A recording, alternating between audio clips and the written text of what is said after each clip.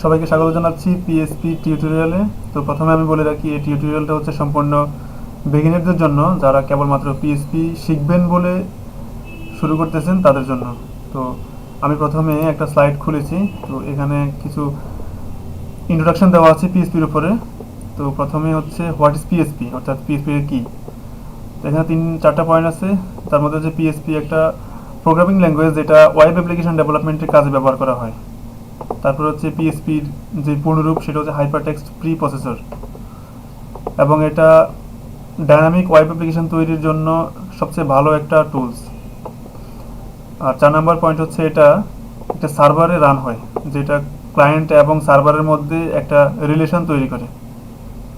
তো এরপরে হচ্ছে আপনার প্রি রিকুইজিট কী কী লাগতে পারে। তো প্রি রিকুইজিটের মধ্যে রয়েছে বেসিক HTML অ্যান্ড CSS। যারা বেসিক HTML এবং CSS জানেন না তারা শিখে নিতে পারেন। এরপরে কম্পিউটার প্রোগ্রামিং বলতে জেনারেল কিছু নলেজকে বোঝে, যেমন ইফ এলস কন্ডিশন কীভাবে চালাতে হয়, ফর লুপ কীভাবে চালাতে হয়, ফর ইচ লুপ, এগুলো আর কি। আর ডাটাবেস যদি না জানেন তাহলে কোনো প্রবলেম নাই, তবে ডাটাবেস জানলে ভালো। এরপরে হচ্ছে সফটওয়্যার এবং টুলস। আপনার কী কী সফটওয়্যার লাগতে পারে এই পিএসপি শিখতে।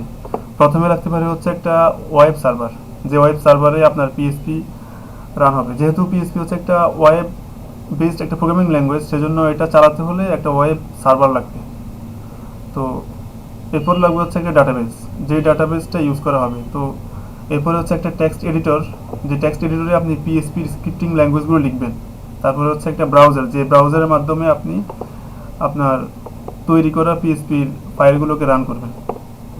তো ওয়েব সার্ভার এবং ডাটাবেস প্রথমে আসি আমরা। ওয়েব সার্ভার হচ্ছে, আমরা যে ওয়েব সার্ভার ইউজ করব সেটা হচ্ছে অ্যাপাচি ওয়েব সার্ভার, আর যে ডাটাবেস ইউজ করব সেটা হচ্ছে MySQL ডাটাবেস। তো এগুলো একটা প্যাকেজ হিসাবে আমরা জ্যাম্প অথবা ওয়াম্প ইউজ করতে পারি। তো জ্যাম্প অথবা ওয়াম্প কীভাবে ডাউনলোড করবেন সেটা আমি আপনাদেরকে দেখাচ্ছি। যারা উইন্ডোজ ব্যবহার করেন তাদের জন্য ওয়াম্প অথবা জ্যাম্প যে কোনো একটা ইউজ করলে হবে, কিন্তু যারা লিনাক্স ইউজ করেন তাদের জন্য অবশ্যই জ্যাম্প ইউজ করতে হবে। আর যারা ম্যাক ইউজ করে তাদের জন্য ম্যাম্প। তো আমরা উইন্ডোজে আছি, সেজন্য আমরা দেখাবো হচ্ছে কীভাবে জ্যাম্প ইউজ করতে হয়। প্রথমে আপনারা অ্যাপাচি ফ্রেন্ডে ঢুকবেন। অ্যাপাচি ফ্রেন্ড লিখে গুগলে সার্চ দিলে পেয়ে যাবেন। এখান থেকে আপনারা জ্যাম্প ডাউনলোড করে নিতে পারেন। তো এখানে 3টা ভার্সন আছে জ্যাম্পের, আপনারা দেখতে পাবেন এখানে। এখন আমার এখানে অলরেডি ডাউনলোড করা আছে, অতএব আমি ডাউনলোড করবো না এবং কেটে দেবো। এটা ডাউনলোড করার পরে ইনস্টল দেবেন।